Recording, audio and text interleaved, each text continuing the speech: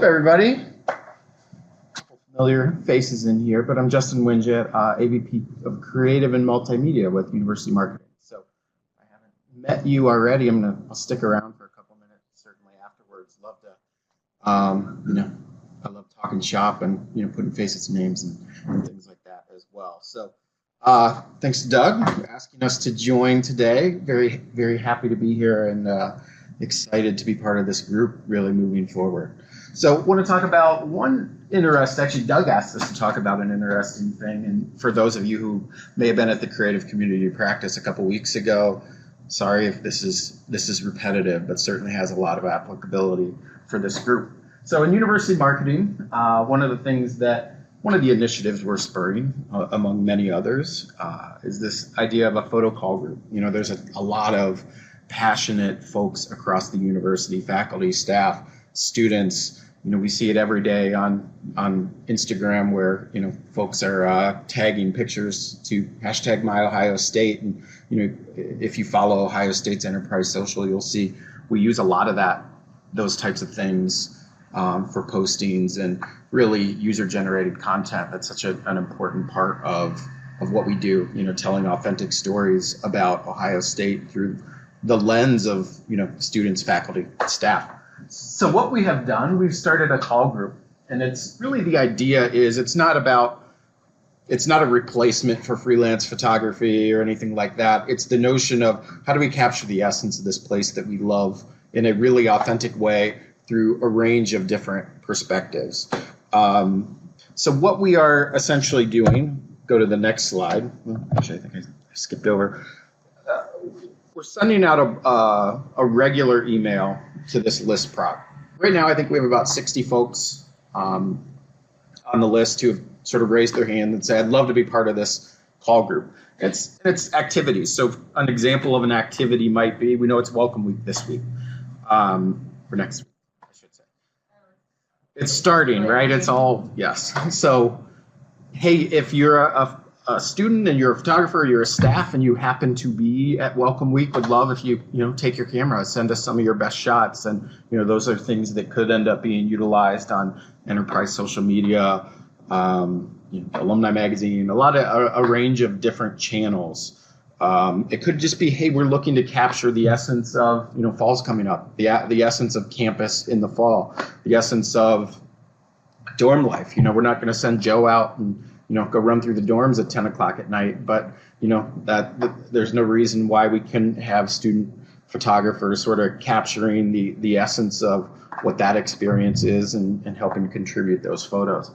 So sometimes things we'll include on the call list are very specific. We know we might be working on a story for Denman Forum, for example. So and that's something that we are looking to run on osu.edu or on social channels, and it might be more specific, something like that. It might just be general essence of campus. So the reason we're bringing this to the group, I think, multifaceted. First and foremost, I know there's a lot of passionate creatives in the room. Certainly would love to get your names and your contributions on those lists as well, but also really thinking about how you can contribute. How can we make this list all encompassing and help it capture your needs as well? We know that university marketing, we have a lot of resources and a couple dedicated photographers and things like that. Not everybody across campus has those same liberties. So we want to really make sure this is as useful and helpful to you all as it is for us. So if you all have things and say, hey, we've got this event, or we have a publication and we're looking to do this story, or this type of thing is especially applicable for us, feel free to email us and we'll ensure that those types of things start to get on the list. And again, emphasizing it's not a replacement for freelance or contract photography, because at least right now there's not a compensation model. So you can't, because of that, you can't necessarily hold folks accountable to say, hey, you're accountable to go shoot this event or whatever for me, but I'm not necessarily going to pay you. We're not there yet. We might be certainly at some point in the future, but we're not.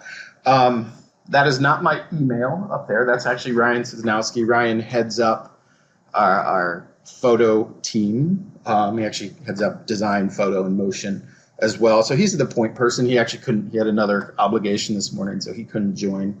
But he's going to be your point person for just getting anything. If you have topics, things like that, you want to get on that list, feel free to email him. Or if you just want to get on, be somebody who just receives that list on a regular basis, that's the right way to do it as well. Or feel free to email me, winget.31, if you need to do that. One of the things we are working on, we're really focused on, operational processes and procedures, and in advance of a digital asset management system, which I think a lot of folks have heard me talk about, and that's something that we're really focused on as a group. Right now, sort of an interim solution is a general box folder. It's not perfect, but in lieu of having a robust digital asset management system, it's really what we're working on right now. So that's the way that folks are dropping those photos in there, and giving us enough general information to populate the metadata for each one of those photos. So, what questions does anybody have? Let's go back to the first session. You ever read the problems of people saying, why am I in this photo? People might appear in a professional site or webpage. They may have been randomly taken, have their photo. Sure. I mean, I think it's the exact same thing that we talked about earlier, that we would apply the same thinking towards how we evaluate photos and usage, whether it was, Joe or Logan, who's our new photographer that took it, or if it was, someone in this photo call group. The parameter constraints around on campus, if there's a minor, certainly we're going to have some questions and thoughts before we would use that. And, I think it's a case-by-case basis. If we feel like we needed to reach back out to said person to get a little bit more information about a photo, absolutely we would do that. Then on the other side is why submit this group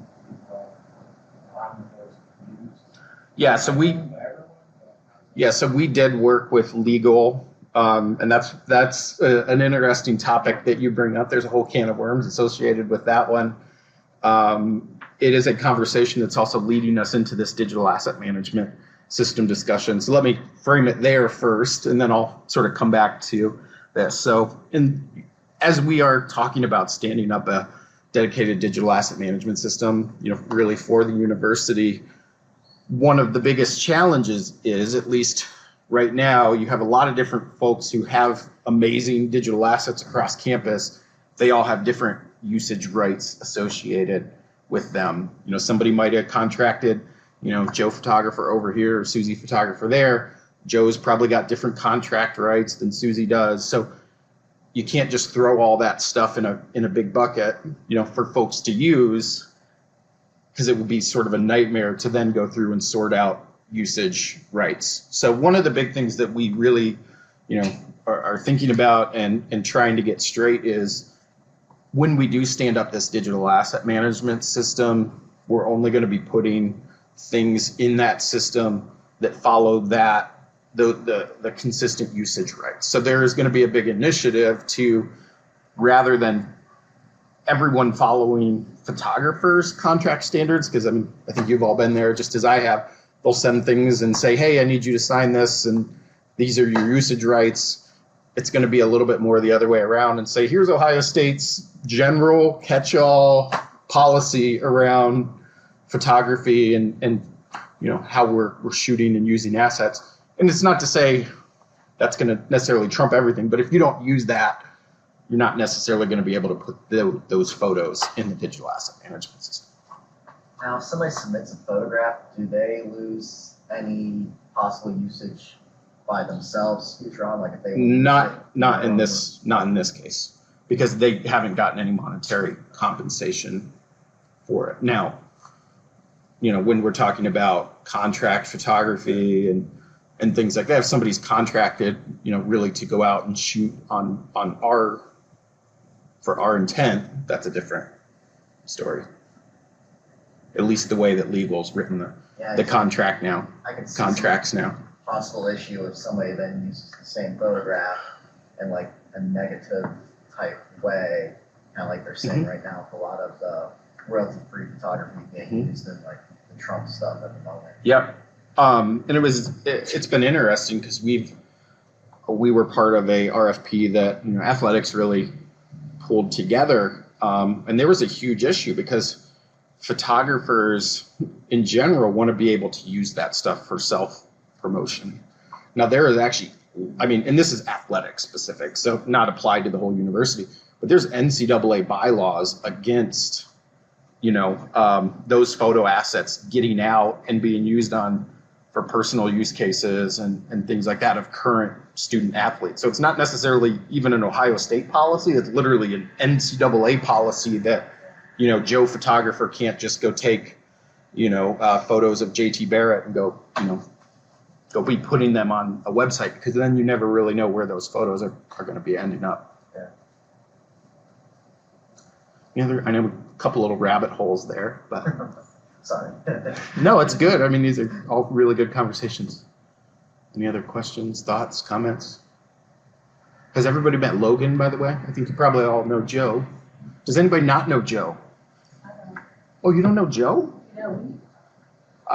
You guys definitely. We just hadn't actually started at first. You know, Andy, who works for me,